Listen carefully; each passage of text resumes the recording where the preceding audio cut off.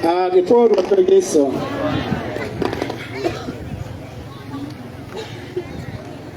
wa o shawa ne ma wa pi wu lo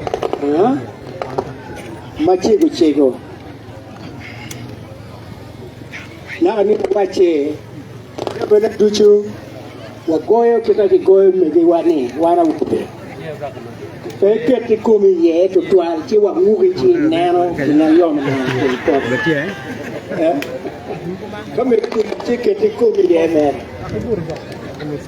Prego, ai wa ci me wa kisa rot ba mater macadi mi ci diri come me kita il nero ne la palo o mero con l'ocche umure però per qua quindi per io kai nero la palto con il puriti con come kicha achung malo me per do bere ni achung me per do ben meri kama miro ini per chung ni kai lokki ben peloro ecco ira le lore ti webe wipe man kiremo ni muwe na go we o mi ni twero me chuye lega wa wiwa ni wo Yesu Kristo rotwa robo kono ke pak na da ron na da bana la da wat ko Yesu ra da bana ka wat ko ka ro ko me Quan mi yu come, chua yabu mi yu come kere, quan mi jaru come, la yabu mi yu come piru bale, mi yu come pera, yabu jaru come kere, jaru come pera, jaru come pera, jaru me pa, ni Yesu, kira piru pera. Kita quiero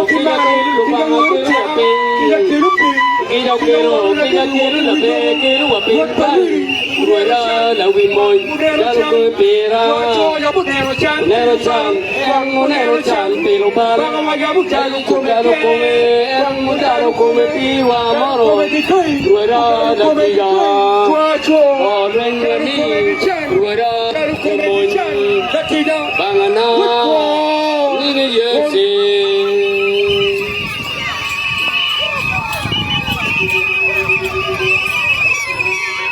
che poi to Yesu buona na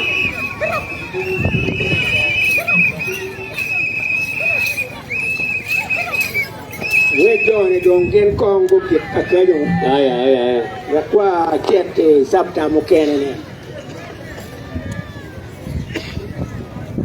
inero matinde much me kachoka waman me poina Mati kabiru tuchu kama tin poina ti yeni muchi wachiwani Tekwaro lare Tekwaro lare wanyang Tekwaro lare kita lare o chakke kere ena wakwano kanyi wakwano history Manyuru ketalare ne woti wo kere wa bot wa kai enu ne Tekwaro lare Tekwaro me wote ye ketu wo ke the history how salvation came to the land here but it's not the complete history of salvation Tekwaro lare ena yeluba meru ne wa niai ne romati God wants us to know the history of salvation today. Kahamati we don't all the tribes on earth here, they have their own culture. Makien pene tiro ne Tekwaro me kagawa o akika munyo kona ngao nyora nga Kiji kidok kere chiang Clearly, the history of their clan or nation, they go backward until when they get to the very last one. But they cannot reach even where it has started. Tekwaro pakaka chiel machalo luo ena kiwajo ni kiwachi wa ke Sudan ke chiere Sudan dogi no tuchi UHB ke chiere UHB dogi no tuchwa ke mukabuni kacha kai kunu chipi kikwe komanda. Even the history of the Luo people, you may trace it back to Sudan, Parahel Gazelle, to Ethiopia. You may trace it even to Israel. But the most important one, you have to trace it right to Adam. When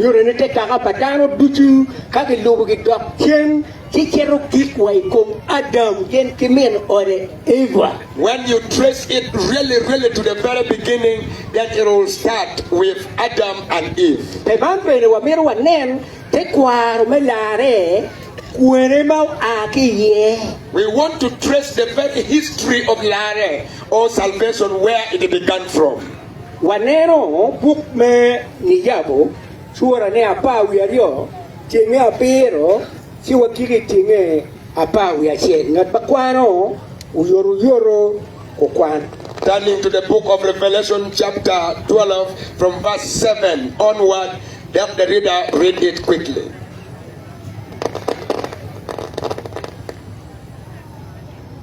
Ngat mo no obiru kwano yiyoro. Come and read.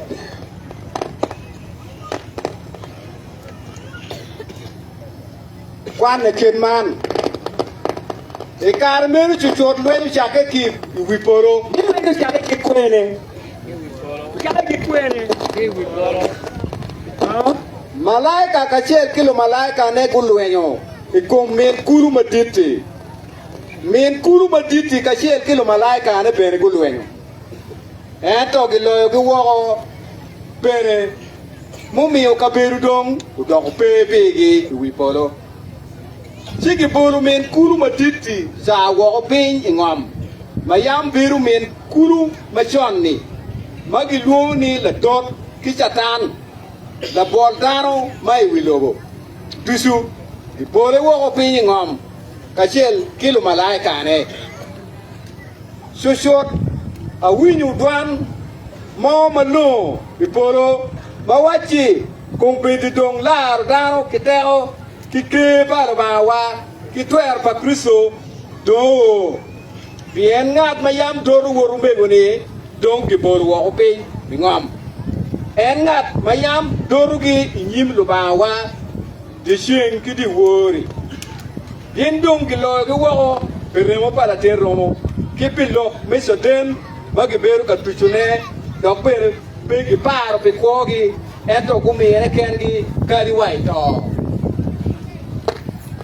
bet kiyum twin in polo ki wun bere mau beru ye eto wundo mo kinam ubineno chan malet atira bien la dodolo biru wo pe porto matiki akemo maduong bien ngeu ni karne timanap atamo wakigo na kayo we have heard how it is read very clearly. That war began from heaven. War began in heaven. In heaven.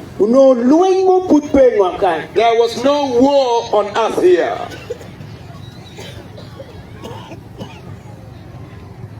Those who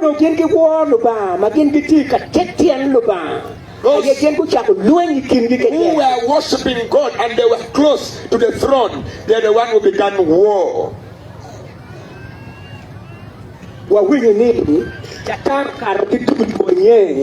Mikael bero karo kitud monye lueyo bero matek bomo ipoluni pewinye wulobukan. The war began between the devil and his angels. Together with Michael also got his angels, and there was big artillery that began to blast in heaven. We could not hear it on earth here. ikin tul monyario no ngati mo baloy weri peke bien ken tulu tega keken. They were all great heroes. One of them could not defeat the other. Ento lubao ni gange do paleo kakang do pal umieru ngarachil tul monachil umieru au kipolo. God saw that heaven is in terror now, and he said that one of this group must leave heaven. Meio lubao meio remu ma era ye remu pala ten romone ma meka Mikael no peke meka chatan no peke era ye ki meio put Mikael di we keep doing keri kum chatan. God gave the only blood that was not even in Michael, not even on the devil, so that it is used to fight the devil.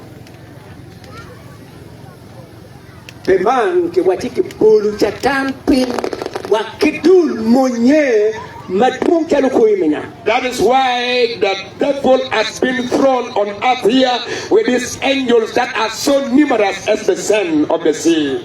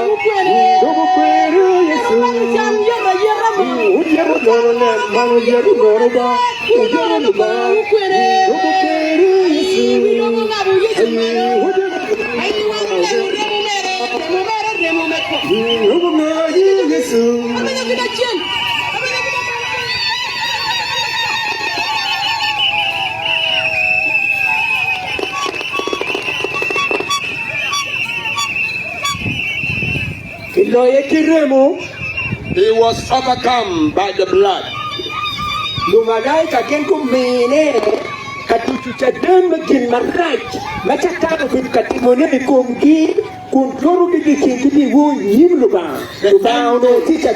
The angels were giving testimony on how bad the devil is, the one that has been accusing them before God day and night, and God was the living testimony.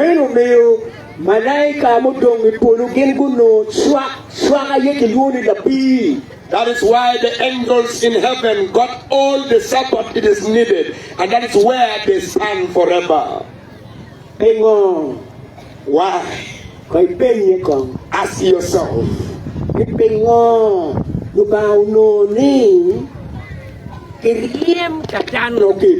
Why did God decide to chase the devil from heaven? Why?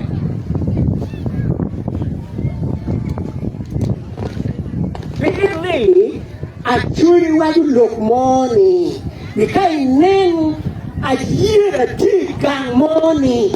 Uno chiri du modo donye pa you money. Uno la chiri modo pa you money. Actually, what you pa you pangay. There are actually people always say, if there's anything wrong in a home, if there's anything that is disturbing a family, if there's anything controlling a family, they'll say that family is lame. If you want to buy your panero timeni, ongol, umiulu ba no ni, payo ne ongolo, pulu timeni, payo pulu ngolo. God saw it and found that his family, his home in heaven has become lame.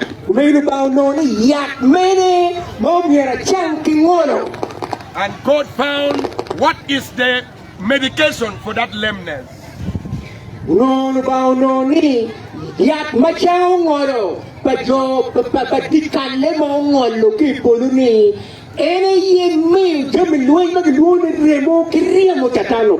Kick polio out of heaven, it was only through the blood of Jesus.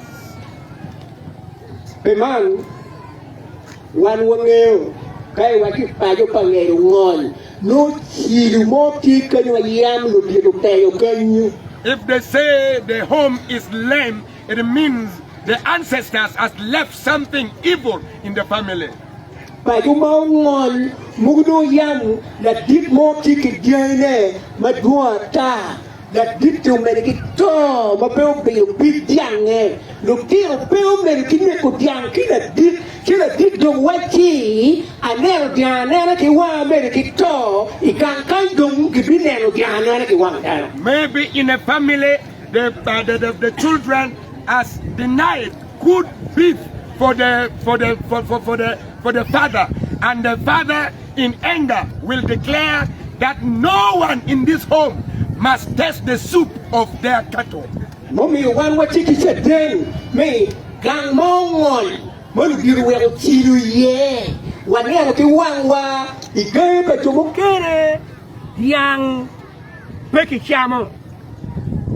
In some family, you will find that no one will be able to taste any good of the cattle that is being raised there. Wachak diang pegi maro ko yupa kurgin. Wachak diang pegulu diang eti doge even gang enuni ongolo wariu diang peguru wanero mapun duloyo diang dobe de ilonya la me akaka munu don chindo. You don't taste from meat, even taking the milk. And those things are there in plenty. There's a lot of meat, there's a lot of milk, but you are not tasting it. And you are there rich for nothing. In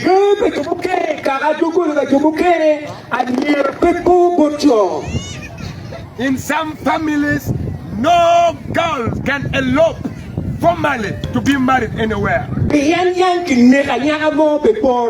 Because maybe a girl has been killed when they elope normally. When you mistakenly elope, you will die. It is very lame.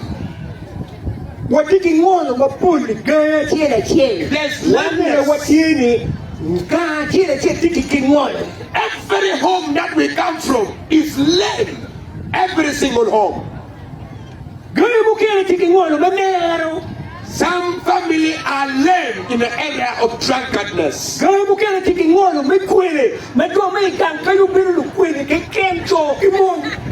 are lame in immorality or in quarrels. You beat 2 quarrels too much.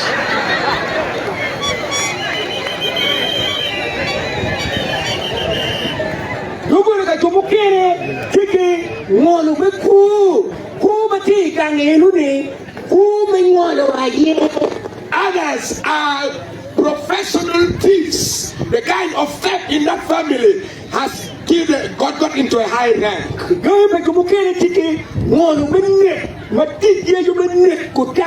Others are lame in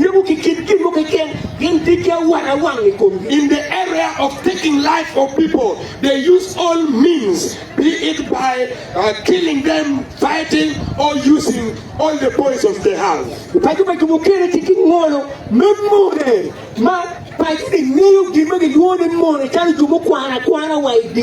Others are professional haters. They hate each other.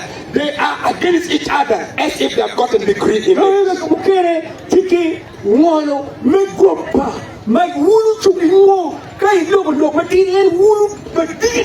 Others are professional liars. You speak one thing here, they balloon it too much until when you see it.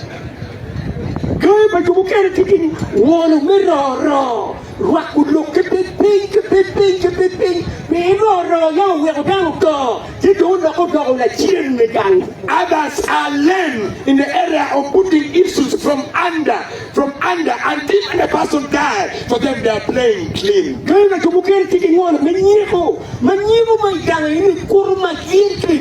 Others are lame in the area of jealousy, so powerful to the level it can blow fire come out.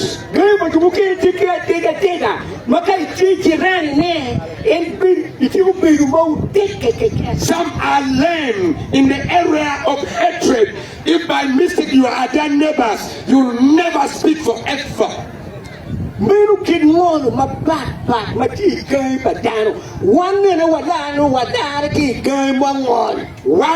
All of us who are born again now, we came from families that were lame. Don't deceive me. Don't deceive me. Your family is lame.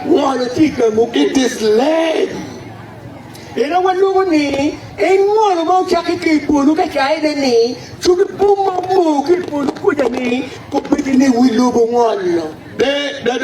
we speak of lameness, it started in heaven. All the artilleries that was blown from there and thrown on us here, the entire world is lame. First world, second world, third world. Kong jini nen kong kiri amo ka muoni nen kita wuri grupo poru kere nen kita mutoka ba do wan kere nen kita chuki to ba do ki hoyu ki kere yer matika to I will lobo ti lobo put be on. Just go on the media and check what is happening. How war is there, nation to nation. How great people are being killed. How big houses that are skyscrapers are falling down. Can't we confirm that the entire world is lame? The world is lame.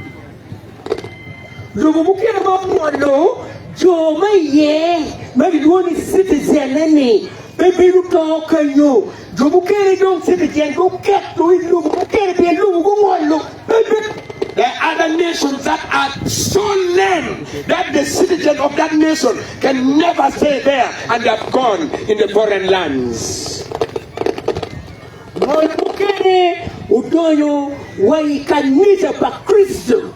Lameness has crept into the church of Christ. Church is lame both sides of the leg and is rolling on bumps.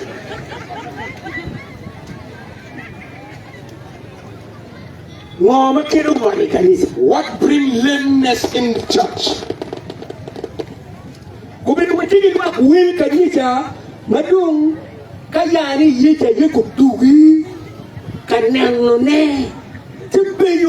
When a young active no attend wound, Kikuman.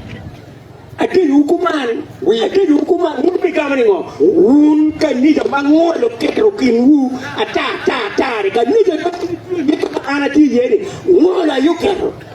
We have now numerous churches, almost every hill, every village. And if Christ will come back one day and he asks, is this the kind of church I left you to build?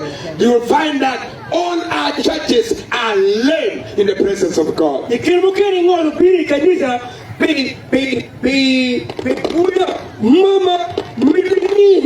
No to bukere dum ugamneo ulako werinye wanga dum wona to ukanyo wanga to kero keto. The virus of love of money is the one that is creating lameness in the church. Leaders come and take all the money they come in the ministry and let others die their death in poverty. That is total lameness. No to bukere dono bidaro diru mamad manmiti ana ya chuli manmiti ana ya chuli.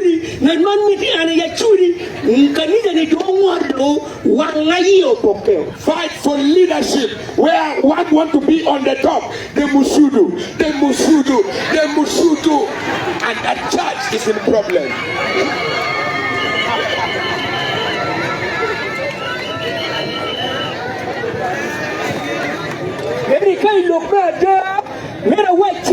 achuni machon kore wa machon niyo chubulok mai kingi loyo kanisa mekare. Speaking the truth, even the all actually were the best mediators than the current church.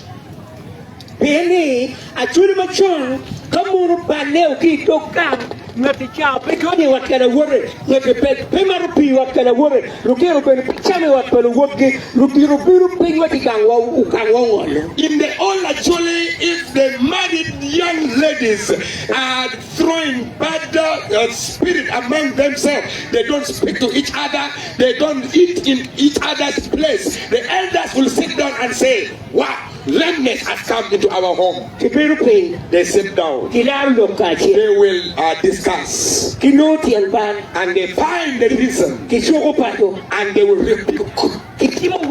They will point fingers. But if it is that person, afterward they have their laws to cleanse the family. And they will bring water. And they pour on the roof of that pastor's house.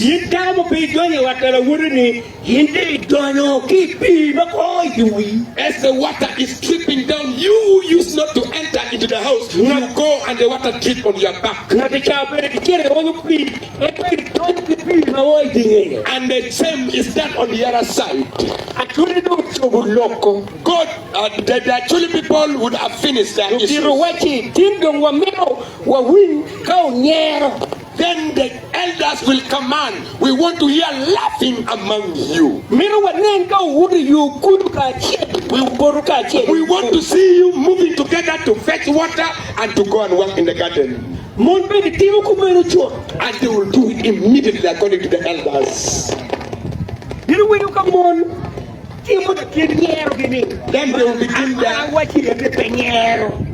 as they do their laughing, they would even know if it is real laughing. When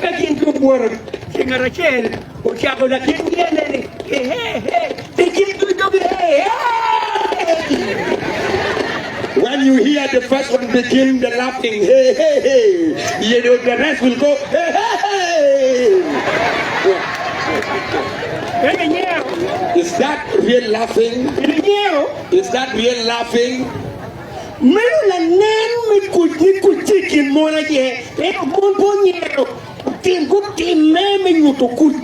That is just a sign of peace. They are not really in the laughing mood. They are showing that there is peace with them.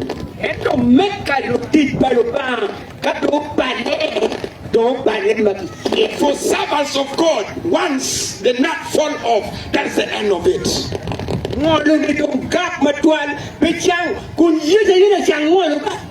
The lameness remains so strong, yet Jesus is the healer of all lameness. We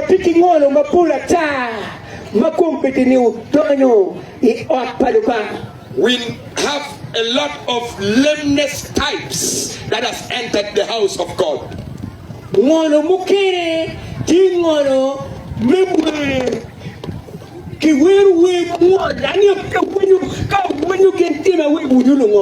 Sometimes the song that we sing is totally lame. When I hear you sing, I will always say, hear those songs of lameness. It is songs of lameness only. And they are claiming to be praising God. We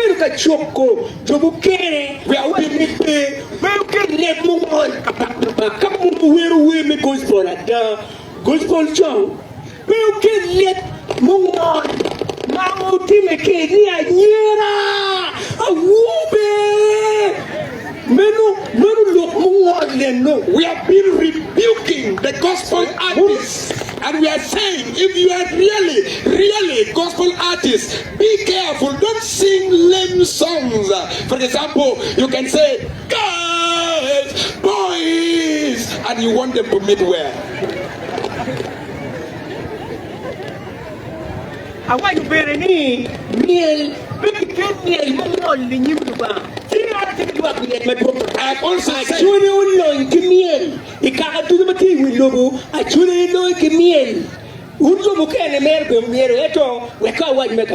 Don't bring lame dances in the house of God. Actually, it's the riches in dances. Let me share with you briefly some of those riches.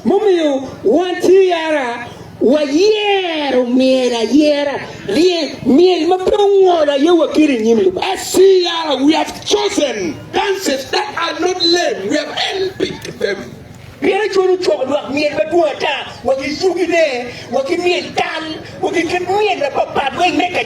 Actually, as many dances, some of them are total rubbish, some of them are wizard dances. The bad one, we have left it with those bad people. I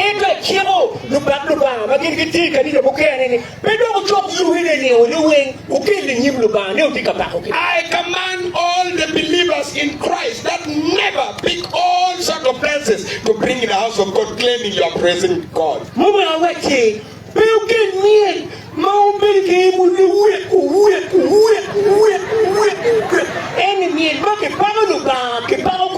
We say never bring this kind of dance where your leg is work.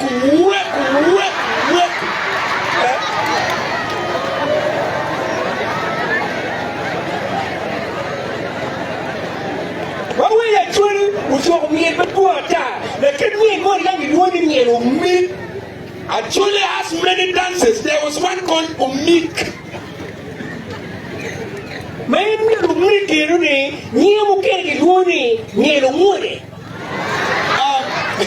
This another name for Umik is Miel. Is Miel Moots.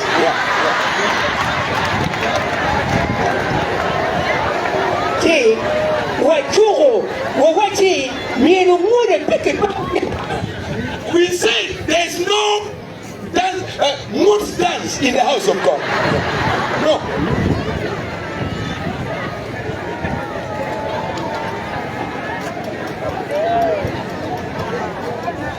Young one, what you came of J.M.O.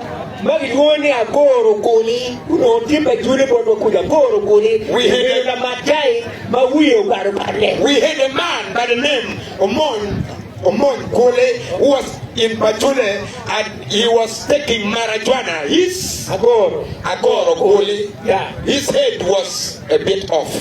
He has his style of dancing. En rugo de kuri gimore manyaki kulu kuya berkara gwara mateko wenangi luona chuchu. There is some small type of quads that is found around the river. It's called a choco. Kai tuyo ye te robo maduong ke tui tieri ti kai ngoro ngomen kokwa. When you pack it and you tie it around your ankle and it will make that sound. That was the real ankle bells of that chole. Momio, eno no miero charumon, Macau, go down, he was dancing like ladies. If he twists his waist in the down there, no one can be like him. Go down the mother. When he break his waist, you see from a distance, you say, wow, this lady is untouchable. There was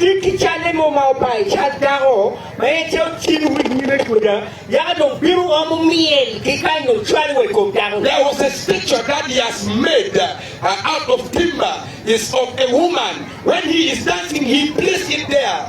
In the year 1995, when I was still schooling in Lajani, Bishop, when Bishop General Loom was still bishop but not the archbishop, he went for confirmation in Pajule.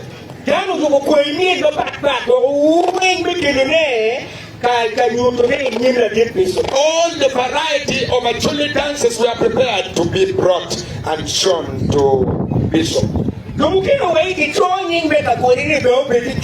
Others were demanding that the one of Kule must be inclusive. One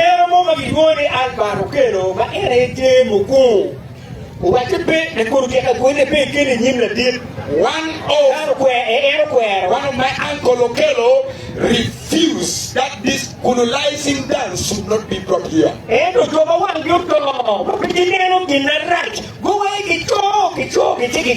But the blind people insisted until when the dance of Kole was included.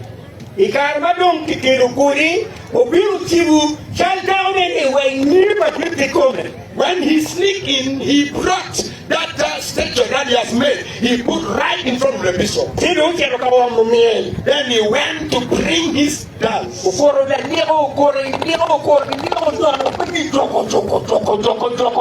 blew his small horn and he blew it again so loud. Then he just jumped around with his legs. And when the bishop, everyone was like, remove Kole. And he was removed in the highest speed ever. The parish chief said, why did you allow him to be there? If the servant of God, who is not God, everyone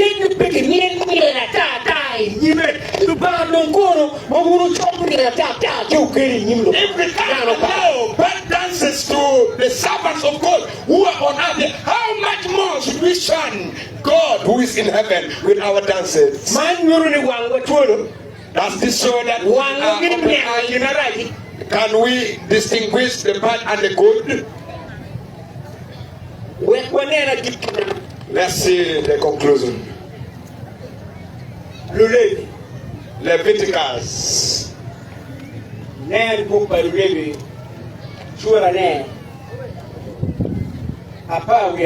Leviticus chapter 12.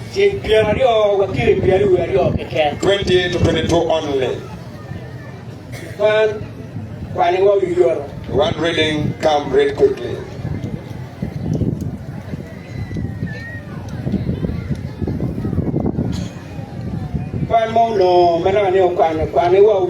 The reader come. Leviticus chapter 12 from verse 20.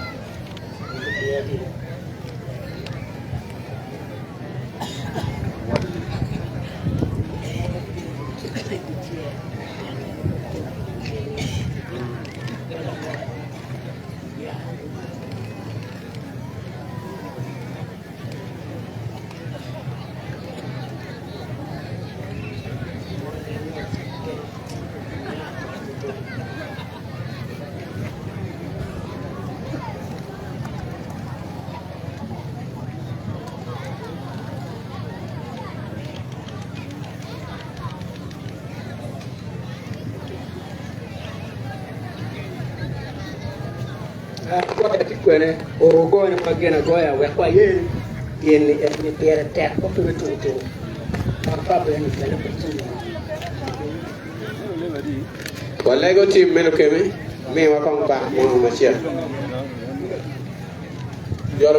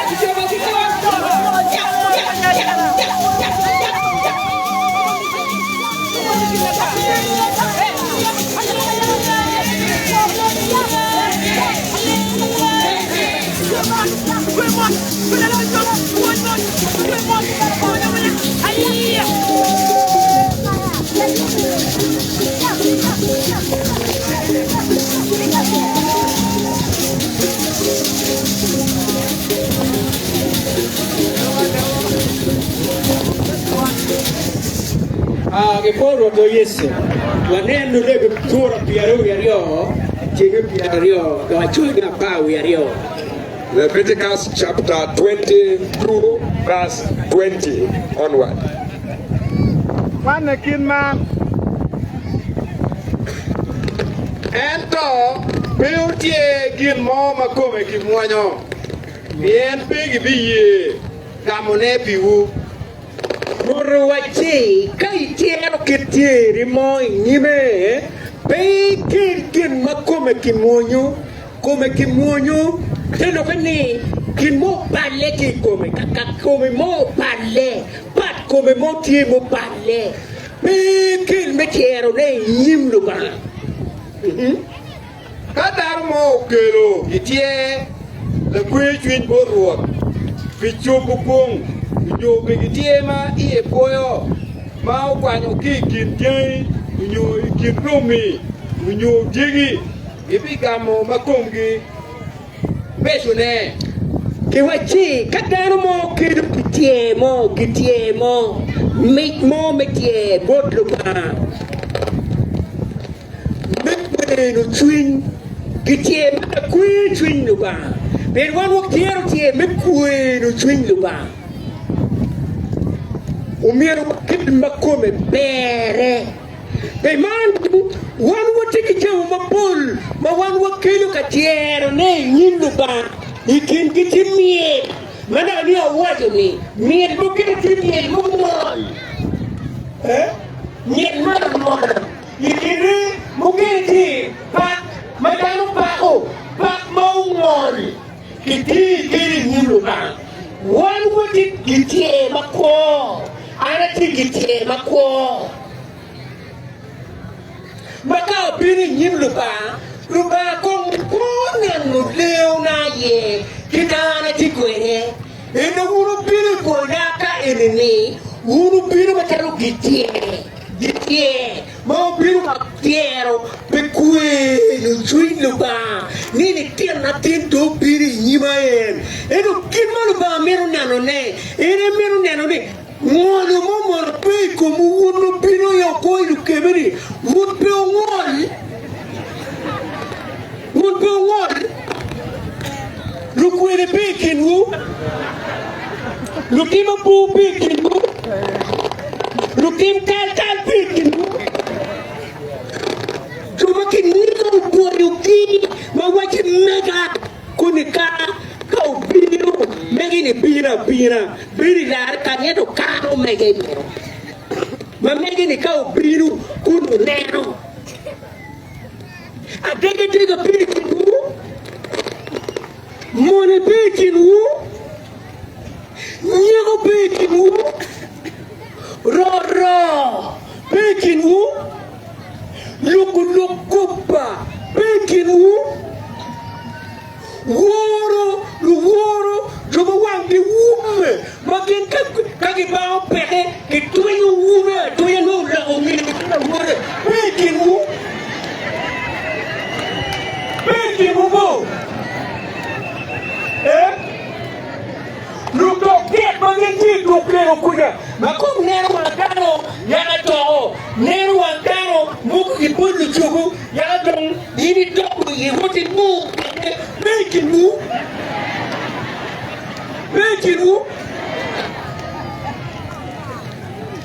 Tuma kitiga chuku kai wani ni chuk tiene me wote motoka ni wene kima hende chuku leo kami ya mumu toka biru hende ukitia Bekimu Tuma ni wati kituga chuku poila ikima kingoro kuman si gilingo eto kemiru no chene poila Bekimu Tuma kimiru chene kachamo kitana wora ye eto yenda titi kwa kinageo Bekimu Luka makirenyu lo kikang kau biru kang no renyu lo kilo kuji mun mugu menyuar soki so mugu menyuar mun ki chikin mati lare Bekimu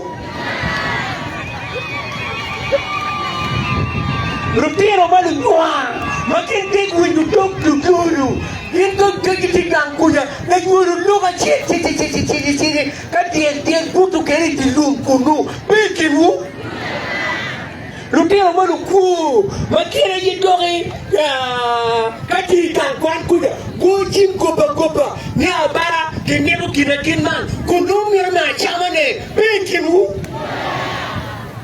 Bebo.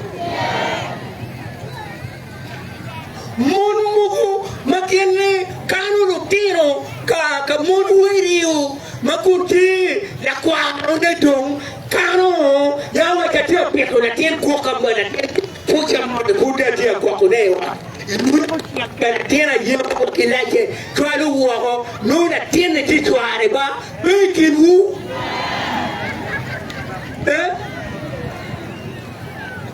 mugu ma Rubulau kichur kamu wewigi upit machoni chut kunu tuan tayo mo.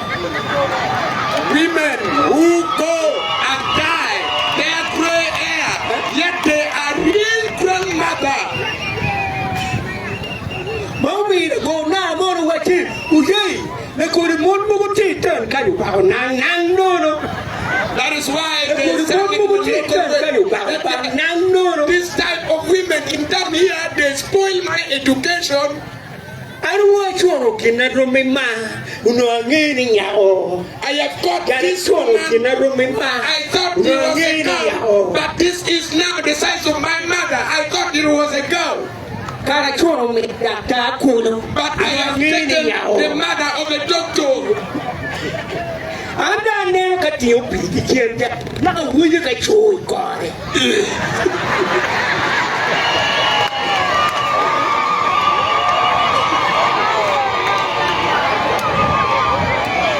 lakini muniru na bei kinu kurisayo kinu Kristo this kind of women not among the Christian.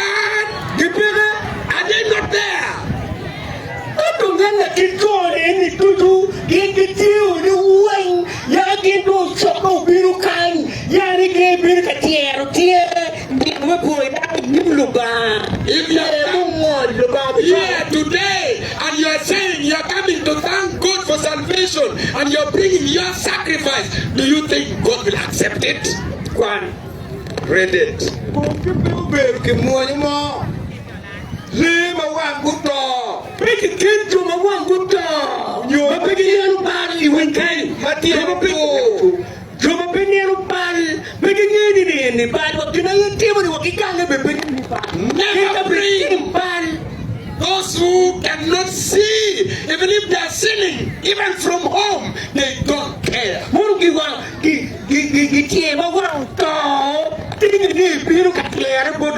That is a sacrifice. That is blind that you are bringing to God. Yet we are to bring a living sacrifice.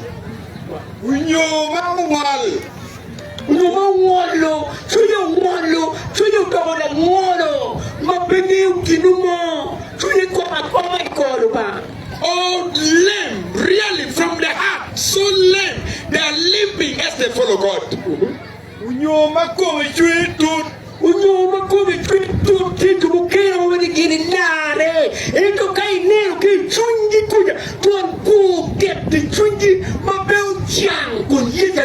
Yet they have the discharge from their body, pulses coming out. When you check their heart, there are pulses that are oozing out that need Jesus to heal. And you are deceiving people that you are saved.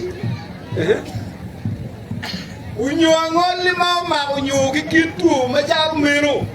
Peu tie borwot. Peu migi beberu kitie bagi wow kimaj borwot. Iwikeru tie. Peu bekanyu. Stop there. Kenen tutu beki ken gina kumu pera ngoli. Dien ba kumu pera ngoli kumu pera All those yonyo ata with skin condition, they are ugly to look. Don't bring it to God. Lumukiri tiri kumdubira ngoni, twindubira ngoni, lare gi kumbiru karoro, lare gi kumbiru onyata. Biru kere kanyani e biru kapolo ba. Makuru biru polo ba, pichanga ngoni me komene. Biru wakangoni ba biru chanyani. Those who are coming to give their sacrifice, their body, when you check, it might be full of sores, full of leprosy. Instead of coming to thank God for healing you, you are coming with all those chants to thank God or to thank salvation that God has given. No, the Mount Terone, Makateke, the Malaika will ruby, Naturio Jeroqua, Puripi, that don't go out, Mauchang. I saw one don't hear my wow, Yape, kind of thing, you don't hear my mamma, will you look? Then you give what appear at that it don't cool. Then you, oh, Mayuana, you are Kikore, you are Kikore, Kapi, Utuke, look, Dingiri, the Dingiri, and very white take it come down. White There was this man who was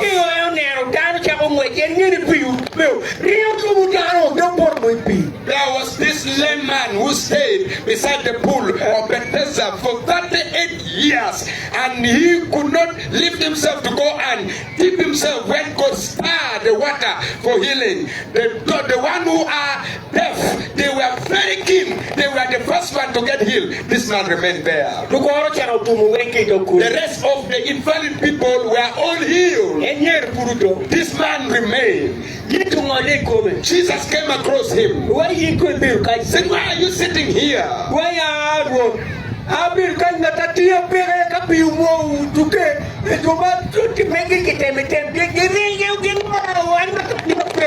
He said, Lord, I have been sitting here. No one can take me to the water. There are those whose condition are better. They jump fast while I'm still there. Jesus said, pick your mat, go home.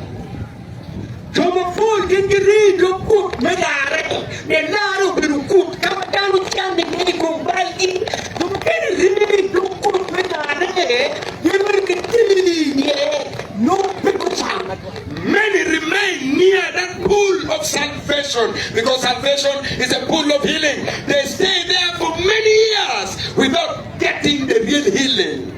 Ito Yesu mau jauh la goroni, enen yiri piru goroni. Pingu jipe chang, pingu jipe miru tuju. Goroni yesu mete pano go tu goroni. Goroni kuere, goroni ku, goroni neko dano, goroni jinga yari, goroni jinga yari, goroni jinga kuere, goroni ningo. Yiri tu goroni ne. The same Jesus who heal that man is the one that can heal you today. It is upon you now to name your problem plainly to Jesus. Is it drunkenness? Is it fornication? Is it theft? Is it lying? And all those things, when you give to Jesus, you will be healed.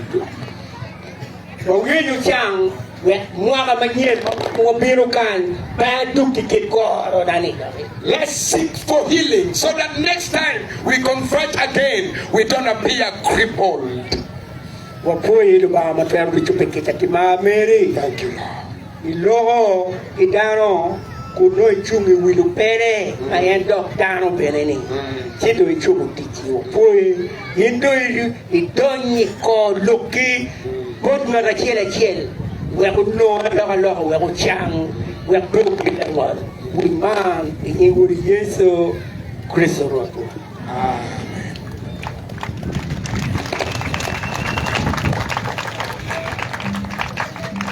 Atamani wa winyo lo parban Alego ni wa don chingwa matek before a bishop lo kubejo na tero bata kamano dotum atiyo shawaman amiyo bola telega wakendo chudol doge kadon wa kowe program mokene foy